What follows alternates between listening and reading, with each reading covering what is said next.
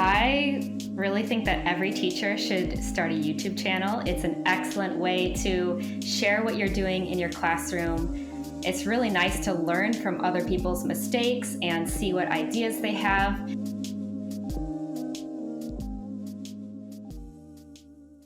Hello, and welcome to another series of I Taught English Abroad, a podcast by the TEFL org. It's our third series of interviews with prominent and upcoming figures in the TEFL world, covering topics like travel, starting a business, presenting yourself online, exploring your potential, and, well, obviously, teaching. Once again, we're your one-stop shop for the best advice and stories when it comes to teaching English as a foreign language. You wouldn't think you could combine ballet and teaching English. Nor would you think that you could give lessons in a castle or a haunted house. Or even more amazingly, overcome a health condition and turn difficult circumstances into an amazing work-life balance. Well, that is unless you met Jamie Gajewski. The teacher, dance instructor and YouTube TEFL star tells us some stories that are scarcely believable, and dare we say, she makes an amazing podcast guest. Here's her story.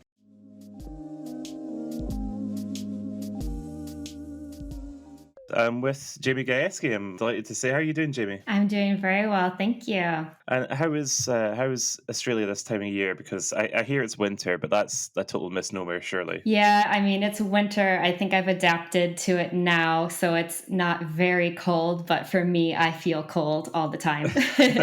But yeah, if you go outside, it's very beautiful during the day. Yeah, and we're in Glasgow here. We're having our 1 week of summer, so I'm actually wearing a t-shirt, which never ever happens. It's quite incredible, really. So nowadays you're a really big online presence, especially in the world of ESL teaching. But it came with a slightly unusual, certainly for our guests, unusual start. So your first taste of teaching abroad came in 2007 with a trip to Costa Rica. Now, that experience combined both teaching dance and teaching English, which actually is something that another one of our guests did. And we touched that a little bit in that podcast, but I guess I want your perspective. Was dance a really useful vehicle for teaching English? Like, how did that come about in terms of being able to combine them? Sure. Yeah. So I've always taught, I guess, English and dance kind of separately, but I think that dance and the performing arts, I also have a bit of a background in theater, are very useful in the classroom. I find myself, especially when you have people that are first starting to learn English, they don't have a lot of vocabulary, they don't have those grammar skills. So it's really useful to be able to use my body and the movements and my facial expressions to teach English. So although in Costa Rica I did it very separately, I was helping with ballet classes and jazz classes, and then English lessons for students that were children as well as adults. I do think that any sort of performing arts is very useful for ESL teachers. And does that really help with getting students kind of more into it, especially if they're quite shy or if there's something particular they're struggling with? I mean, and I guess like going back to that sort of performing arts background as well. I mean, how much did that inform your early days of teaching? I started out teaching kids, and I found that kids really did react well to, just different games and activities, moving around the classroom. It's hard for little kids to sit still. So I think that did help a lot. And I've also used some different improv games, even with my adult students, to get them speaking. Like you said, some students can be very, very shy. So to get them out of their shell, using English, participating in the activities, I think that using something like theater or movement activities can be really, really helpful. Definitely. So, clearly that time in Costa Rica was really impactful. You told me before you're still in touch with your host family from 2007, and obviously, you're still teaching today. What were your feelings before setting off? Did you have a particular career in mind? Was teaching always something you wanted to do? And did that trip change anything in terms of how you viewed teaching? Did it sort of, make any ideas that you had about what you wanted to do for a living really concrete in your mind, for example? Like how did that kind of affect things? Yeah, so I studied abroad in Spain, and after that experience living in another country, I immediately wanted to go somewhere else. So I did find an opportunity to volunteer as an English and dance teacher in Costa Rica. And after that experience, I really, really enjoyed it. And originally, I wanted to teach in bilingual schools in the US and then maybe travel during the summers. But once I taught abroad and I tried it out, I really fell in love with it and have since turned it into my career. But I think going into it, it was a nice way to get a taste of teaching abroad. I just did it over the summer. So I do recommend that for people who are thinking about teaching abroad, not sure if it's right for them, not sure about leaving home for a long time. Try it out over the summer. There's a lot of different volunteer programs that you can do. See if you like it. And if you do, then you can go into one of those programs where you're teaching for a year or 2 years and you'll have a lot more confidence. And just to ask, actually, while we're talking about Costa Rica, Latin America in general is very underrated as a destination to teach. What were your kind of impressions of Costa Rica? Would you recommend it to other teachers, especially those who are sort of just maybe beginning their journey in TEFL? Yeah, I would say that there's other countries that are probably more popular. And I think that comes down to the pay. So the pay isn't the best in Latin America. But as far as the experience that you're going to have, people are very, very friendly. If you're trying to learn Spanish or Portuguese, Latin America is a fantastic destination. So that's kind of how I chose Costa Rica to begin with. I wanted to work on my Spanish. And yeah, I think the scenery was absolutely amazing. I got to do a lot of cultural activities with my host family, and I have gone back to visit them a few times since. I brought my parents there as well. Oh, So it's just a very welcoming place to teach. I absolutely loved it. amazing. So the next part of your career, and I know we're going quite quickly here, but I do think, the early part of, I mean, it's all absolutely fascinating. Obviously, that's why we have you on as a podcast guest, but the early stages are particularly, I guess dramatic is a word that we'd use. You graduate with a degree in Spanish, you get your teaching license, but Egypt comes calling at particularly dramatic times. So tell us about the process of, choosing Egypt, getting there, and then what happened next. Yeah, so originally I had wanted to go back to Costa Rica, and I found that there were some different grants that you could apply to. So Rotary International had some different grants. I got to the final round for Costa Rica, and then they chose someone else. But they told me to do another application through my home Rotary club. So I did that, but this time I changed to Egypt just to make it a little bit more competitive. And at that time, my last year in university, I studied Arabic. So I was again kind of driven by the language to go and live somewhere so I could improve my language skills. And they chose me that second time, and I got to go to Egypt for a year. So that was to study Arabic. But while I was there, I did find myself again teaching dance. And I also did some kind of private tutoring for Spanish and English on the side. But I was there during the Egyptian Revolution, which was, yes, a very exciting time, a bit scary. So I had Yeah. to evacuate Egypt, and I ended up finishing my scholarship year in Spain. And so, talk me through kind of what it was like living there during the revolution, because I've got to imagine that maybe were the American embassy on the phone a lot of the time, or how did all that kind of work for you as someone that was working in the country and visiting? Like, was there any kind of special process? Like, how did that work? Yeah, so I think this is a very special situation because the internet went out in the entire country, which is Hmm. definitely like a human rights violation. And so we weren't able to use cell phones, we weren't able to use the internet for a while. It did get put back eventually, but we just had landlines. So luckily, I had given my family in the US my landline, and they were able to call me, and then I did end up having to leave my apartment because it wasn't safe. Apartments were getting broken into and Oh my God. bad things are happening. So I ended up staying with an Egyptian family just before I could evacuate on a flight. But yeah, it was a very interesting time. I could kind of feel that something was going to happen. You could just feel it in the air a few weeks before everything happened. And I actually had my final exams, and I never got those grades. I don't know what happened to my Oh, school. A lot of buildings and things were burnt to the ground, my goodness. different police stations, things like that. So yeah, it was a very interesting time. And this is why I definitely always tell people now to have an emergency plan, have contacts, ways for your family to get in contact with you. Because, like you said, the embassy, was I talking to them? Well, they basically said the embassy is going to close. If you want to get on an evacuation flight, you need to do that as soon as you can. After that, we can't really help you. So, my Arabic teacher was actually also in Egypt at that time on a different grant.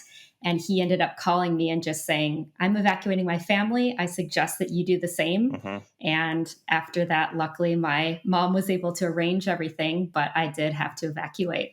Mate, I mean, for your second kind of trip away, that's absolutely incredible. I mean, it maybe sounds like a silly question given kind of all the upheaval and kind of what you saw over there, but would you ever go back? I mean, now that things are considerably calmer, I mean, do you have any sort of positive memories of your time there, or is it all a bit, tense? Yeah, so a lot of my Egyptian friends have actually left the country. It's just the situation there now is not great. And it's really unfortunate Mm. because they were some of the most generous and friendly people I've met anywhere in the world.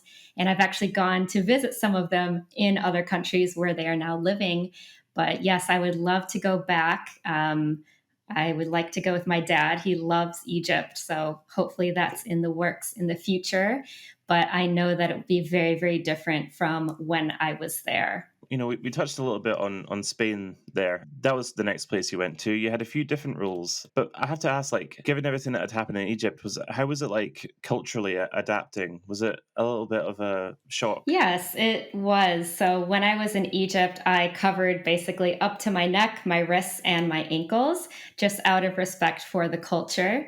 And the only place that I didn't do this was at the dance studio where I was teaching. So that was kind of a different, safe space, I guess you could say. But when I went to Spain, I evacuated. It was the springtime and it was really hot weather, and people were in shorts and t shirts and everything.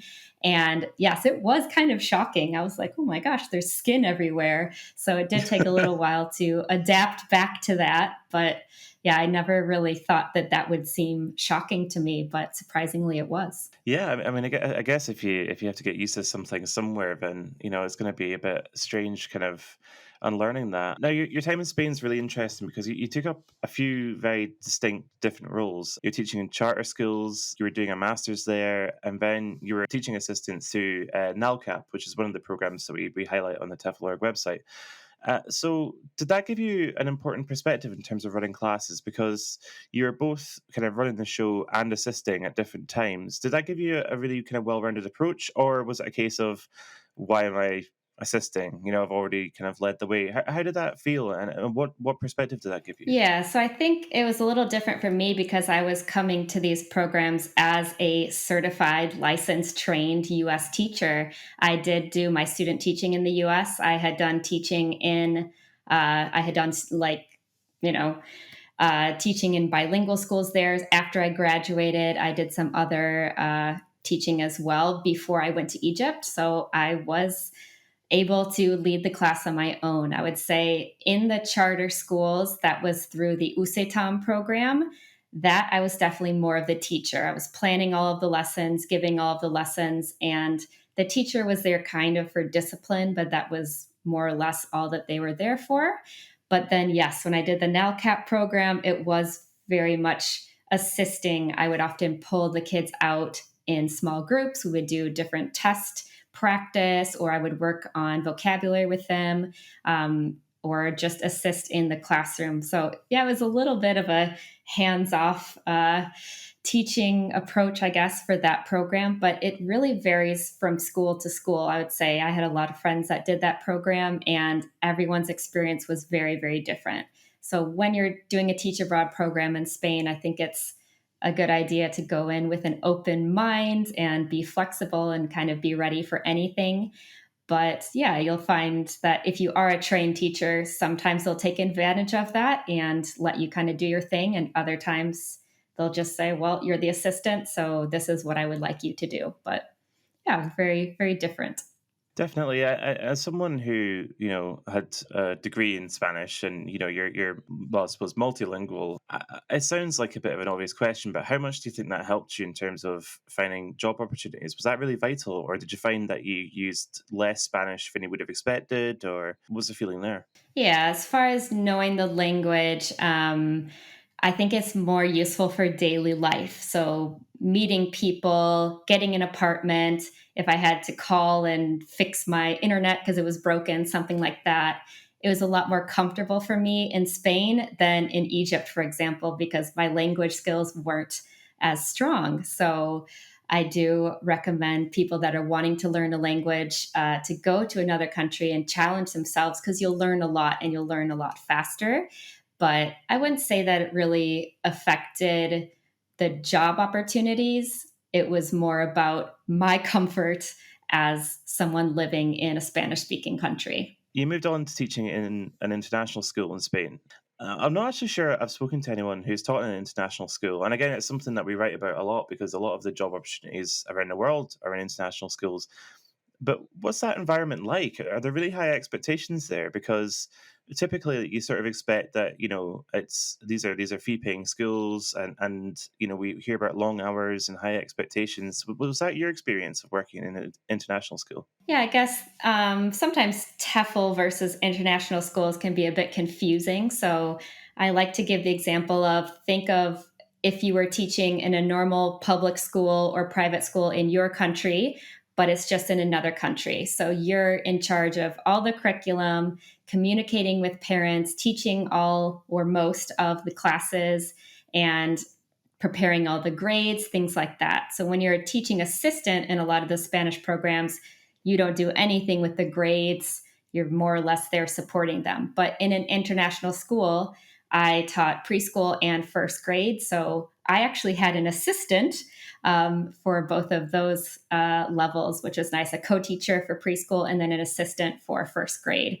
So it's a very different experience. And I think that mostly what's different is that you're teaching a variety of subjects if you're a primary teacher. So I was teaching math, religion, science, art, social studies, as well as English. Whereas in the other programs, I did teach art, social studies, science, and English, but it was more like just those subjects in English. Whereas in the international school, it would be like a normal first grade. I had to help them reach certain milestones, teach them how to read, things like that. So it was a bit different. And the biggest difference is the parents. So communicating with the parents at this international school, we had to communicate with the parents in English. But since I spoke Spanish, a lot of times I did find that I did use my Spanish because not all of the parents spoke perfect English. So it's just a little bit easier to do that. But yeah, there's, like you said, fee paying families. So they do have very high expectations, and that can be quite stressful. But yeah, I'd say it's a very different experience from TEFL teaching. But if you are a certified teacher, there are a ton of international schools out there, and it's a great opportunity to earn the same or more than your own earning in your home country, just abroad, and have a different experience.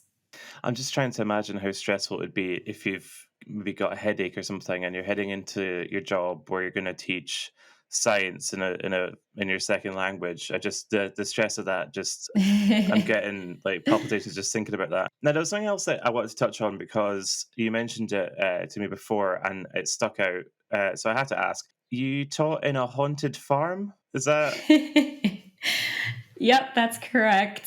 so? Tell me about that. I have to know about that. So I taught in Spain during the school year, and then every summer I would either go to France or teach at this Spanish farm. It was like an English immersion summer camp. And so this farm is located in a summer palace that was actually used during the Spanish Civil War. So there have been multiple ghost sightings. When I was there were some very strange things that happened when actually the one of the owners passed away. Some of the kids that knew him said that they noticed something or heard something.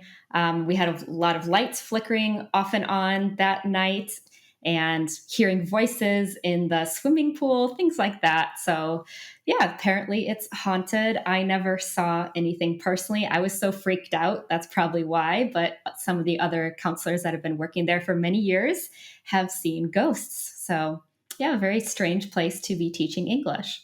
Yeah, I mean, are you sort of a spiritual person? Did the prospect of that kind of fill you with dread, or did you think like, oh well, this is a bit otherworldly? Like, how do you mentally prepare yourself for something like that? It's quite unusual.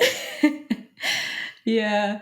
I think that I freak myself out, especially with like psychological thrillers. I always like start to see things and hear things.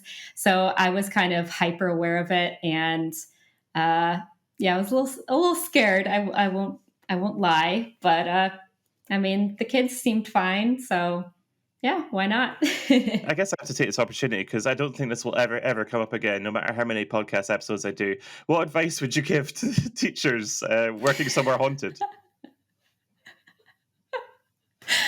um, I don't know if I have an answer for that. Well, Like the camp itself was absolutely amazing. So it's this basically in the desert, this farm, and you're staying in this palace. All of the other counselors, we shared a room, and the kids are there. They're sleeping there for about 2 weeks at a time, doing lots of different activities having to do with animals and the plants and making bread and things like that. So there's a lot to distract me, I guess. So I guess my one tip would be don't go anywhere alone. I kind of yeah. always was with someone because that seemed to be when people would see ghosts, is like when they were on their break and off alone by themselves. So that's my advice. Excellent, excellent. I mean, that's really valuable because that again, that's never ever going to come up elsewhere. I hope anyway. But you've also taught in a castle. Do castles lend themselves well to teaching? What would you say that's the weirdest place you've taught? A haunted farm or a castle, or what's it like, kind of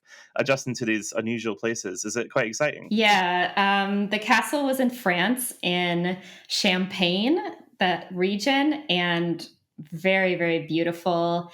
Um, but we just had regular classrooms just in the castle, and they had the dining hall, and the kids would stay in the dorms there as well. So the location was absolutely stunning. And the other camp that I worked at also had a few sites that were at castles. So apparently, this is a common thing in France. Fair enough. When you are a French kid and you go away to English immersion camp, you get to stay in a castle. So, yeah, as far as teaching there, it is exciting. It's absolutely beautiful and very unique, and I highly recommend it.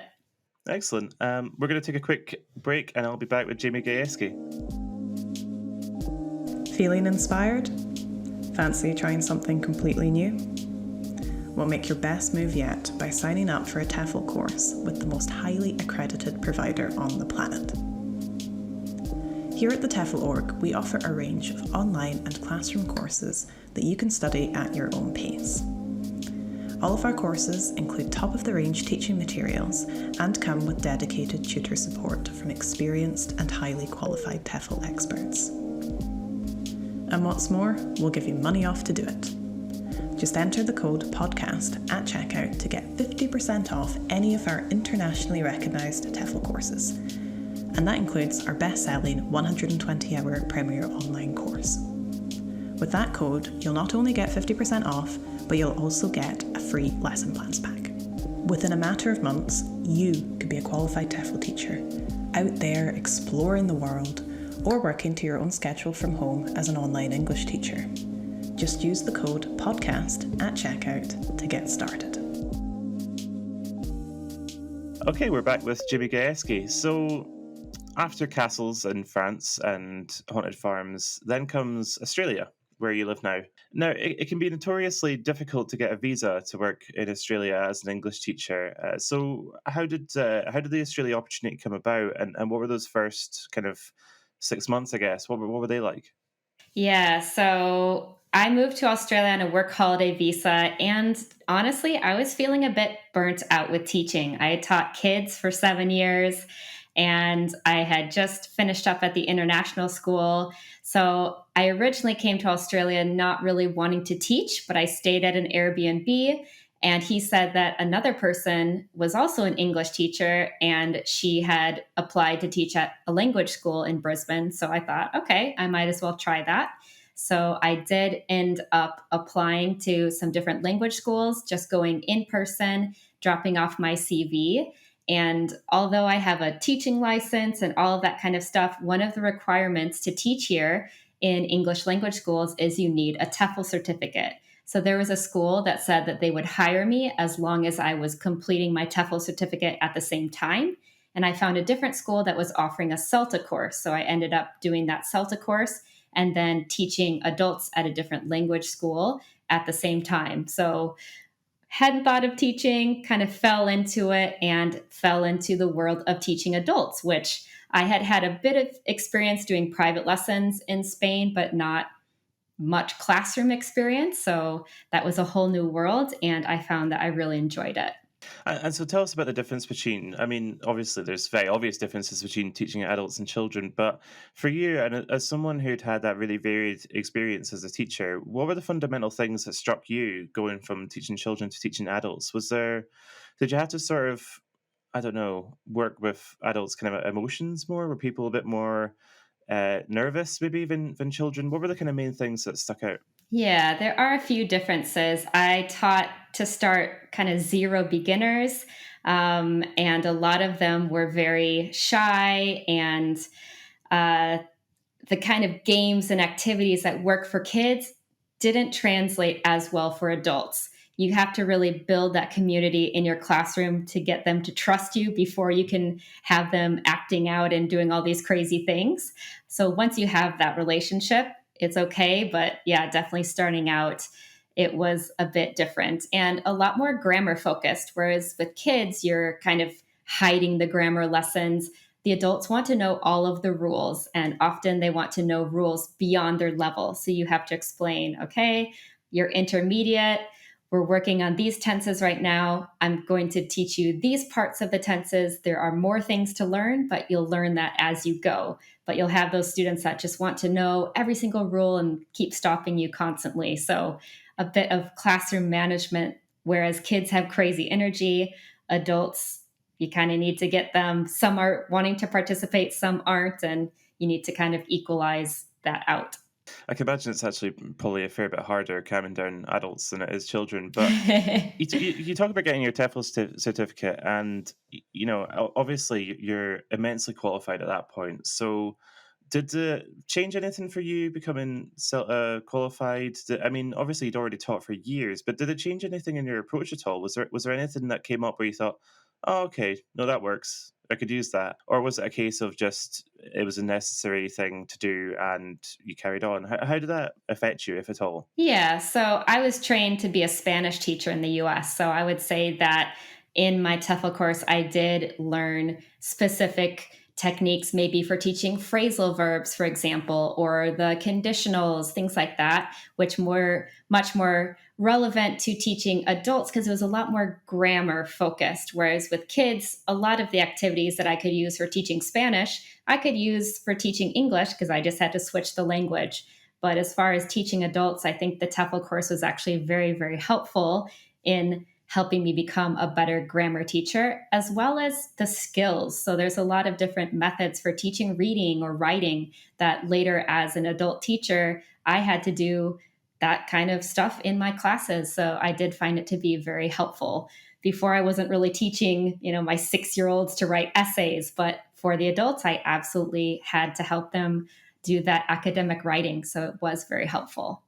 And so the process of going from TEFL qualified amongst your other qualifications, the process of getting that qualification and getting a job was it a case of going across the road? You told me about this before. I'm trying to just sort of visualize it. How did that happen? Yeah. So I got a job at that first school and they said, you need to have a TEFL to work here. So I did my TEFL course part time while I was teaching there part time.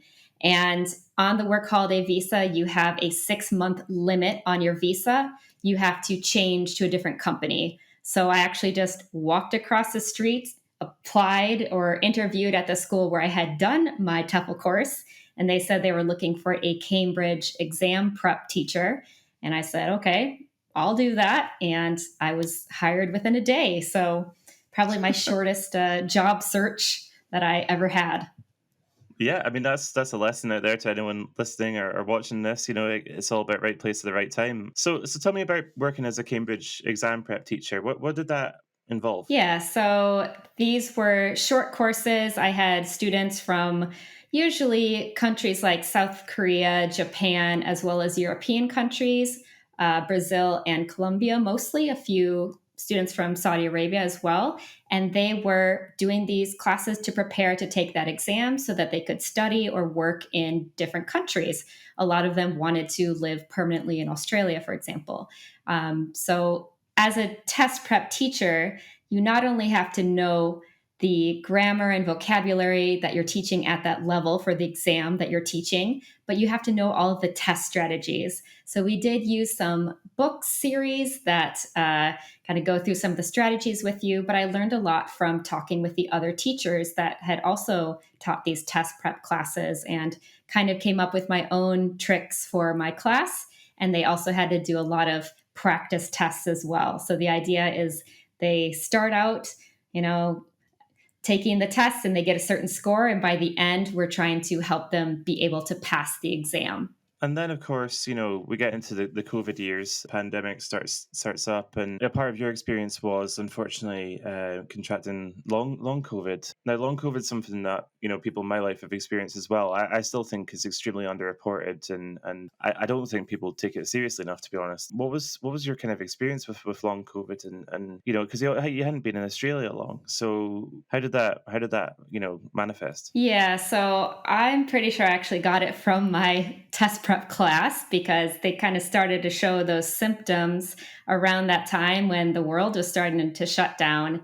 And I ended up getting really, really sick, and I actually couldn't go into work. I was in bed for about 6 months. So, another part of that is that even if I had wanted to work, I couldn't have because at that point I was on a different kind of visa. I didn't have permanent residency in Australia yet. We were working on it, but I didn't have it yet. And so at that point, they couldn't hire anyone that was non Australian to work in these English language schools, which had all gone online. So that's another tip is when you're teaching abroad, you often don't have the same rights as other people that are on more permanent visas or they are citizens.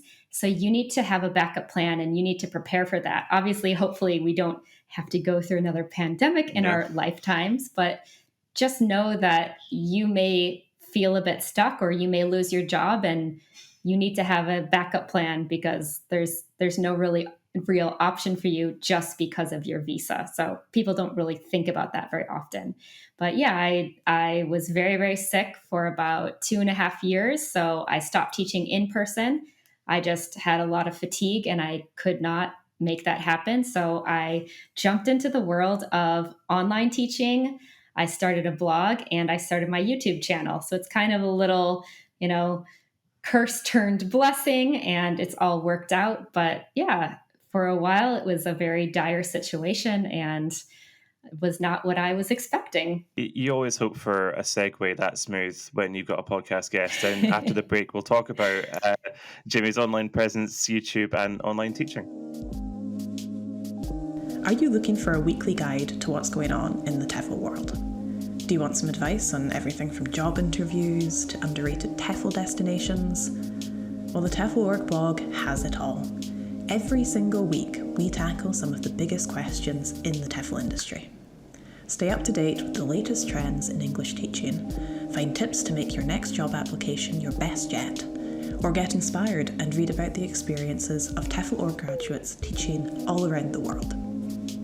Whether you're brand new to the industry or you've seen it all, we can guarantee an interesting read each week. To find out more, go to tefl.org/blog. That's TEFL.org/blog.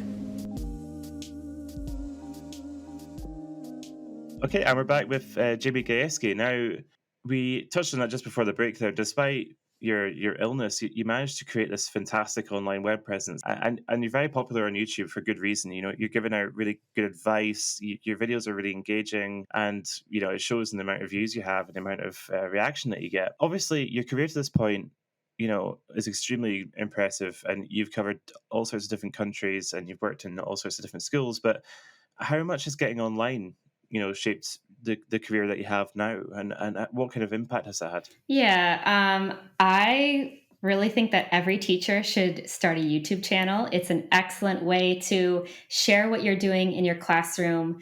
It's really nice to learn from other people's mistakes and see what ideas they have. It's as simple as using your cell phone these days.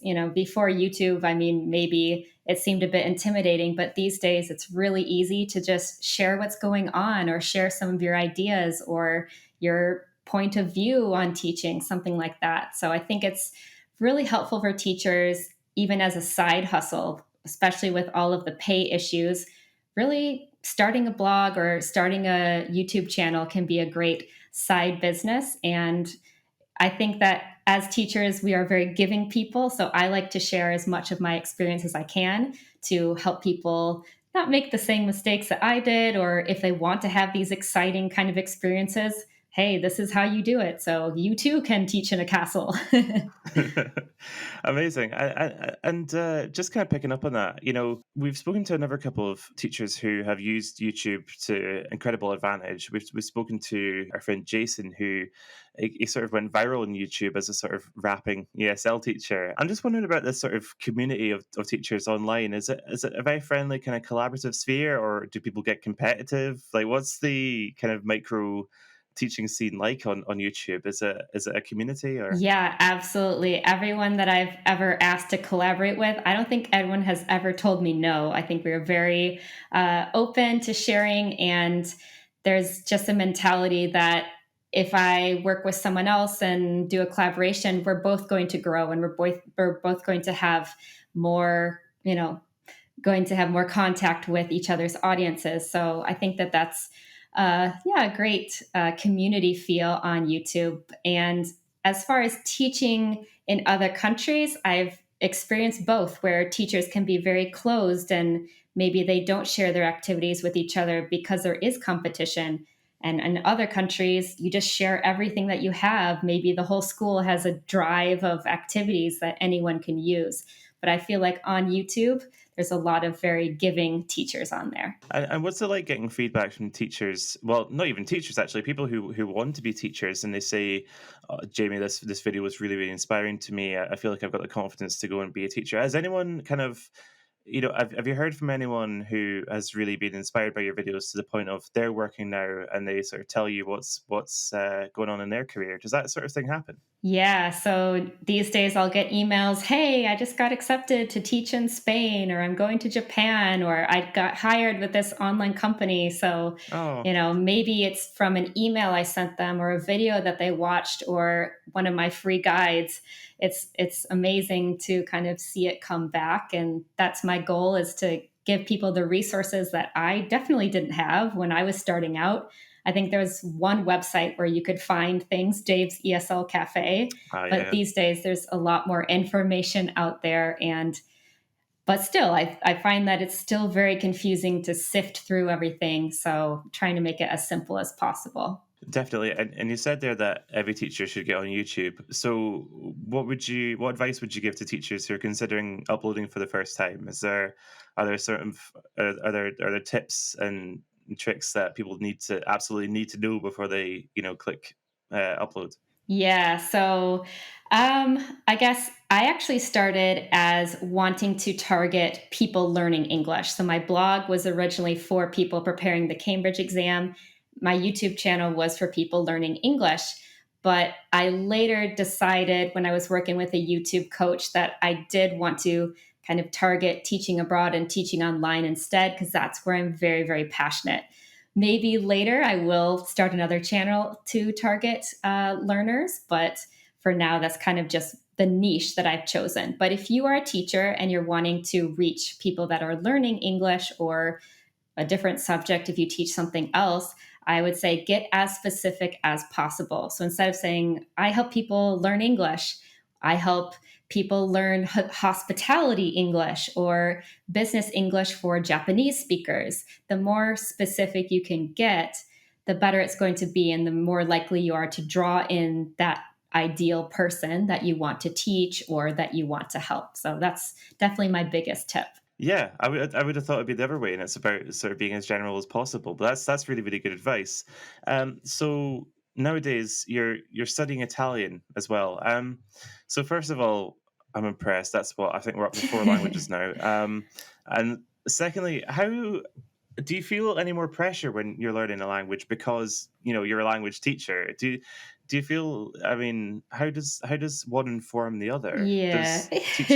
Does being a language teacher really help when you're learning a foreign language, or do you put maybe unfair pressure on yourself? Like how does that work? Yeah, I think it only helps me because I really understand grammar in other languages. And after you learn three languages, you start having a lot of different connections. So even in Arabic, there's words from Spanish and French that I was able to already know because it was very similar. So now with Italian being so close to Spanish and then having bits of French grammar similarities as well, it has been probably easier than for the average person. But I think the purpose that you're learning the language for is kind of what makes it easy or difficult. So I was learning Spanish before for my degree, Arabic mostly just for fun.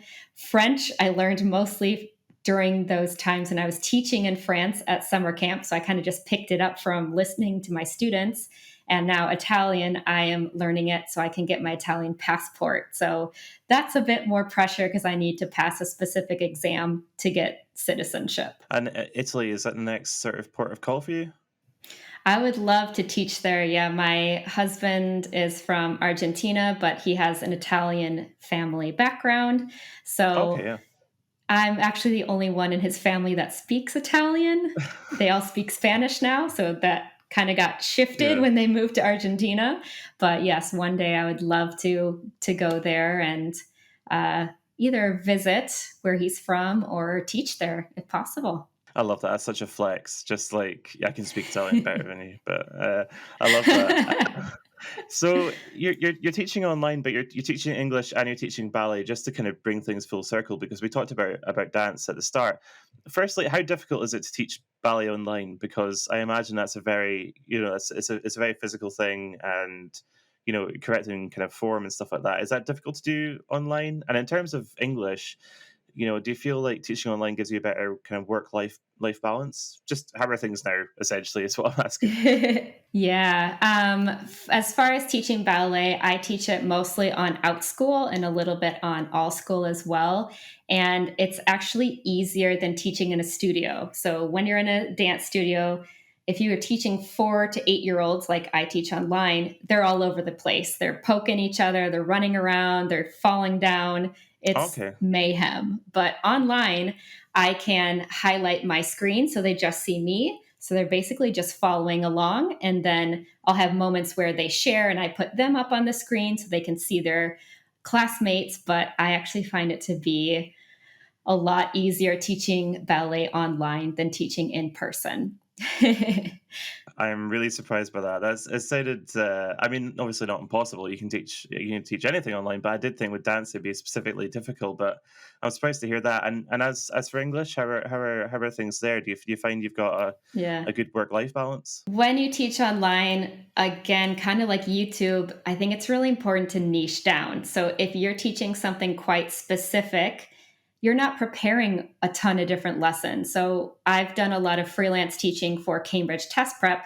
So if I'm teaching for a specific exam, I can kind of reuse those lessons over and over, and I know what grammar we need to cover. So in that way, it's a lot less prep. I'm also not commuting. That's saving me time. So I would say the most time consuming thing that I would be doing outside of the classroom would be marking their writing assignments or marking their speaking exams that we do, something like that. But I would say the work life balance as an online teacher, especially if you're working for a marketplace or freelancing where you are creating your own materials or you're using different sites to get materials, it's quite good. And even online ESL companies, a lot of them these days have the material provided. So you just kind of show up, maybe look through the lesson a little bit, see if you have anything else that you want to supplement it with. But more or less, I'm not doing all that prep that I was doing teaching in Spain, teaching in Australia.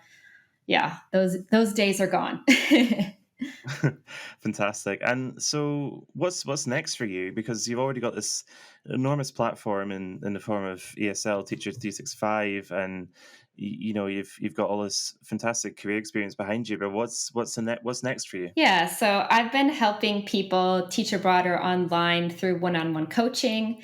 I've also created some online courses, and my next big project is I'm going to be launching a membership soon. So, just from my experience going through the whole teach abroad process, I wish I had had someone to kind of check in with and ask any questions about the visa, or hey, I just got my contract. Is this a good contract? Or I'm not sure where I should teach. These are my qualifications. What should I do? So I'm creating a community and a membership with a monthly training to help people on their teach abroad journey and offer them that kind of ongoing support. So preferably after they've done their TEFL and they're ready to start that next step, that's where I come in to help. Amazing. So, Jamie, where can people find you? Yeah, so you can find me on YouTube at ESL Teacher 365. You can also go to my website, eslteacher365.com, and I will have anything that's happening new on that website. I'm also on Instagram at eslteacher365. Amazing. Well, it's been such a pleasure talking to you, but I understand with the time difference, you could probably still get some surfing in this time of day. So I'll leave you to it. But Jamie, it's been an absolute pleasure talking to you. Thank you so much. Thank you. You've been listening to I Taught English Abroad, a podcast series by the TEFL org. To keep up to date with every episode, subscribe to us on Apple Podcasts, Spotify, or your streaming platform of choice. And we love feedback, so feel free to leave us a review on any platform you like. For more information about the TEFL org, or about teaching English as a foreign language in general, head on over to tefl.org. That's TEFL.org. Thanks for listening, and we'll see you next time.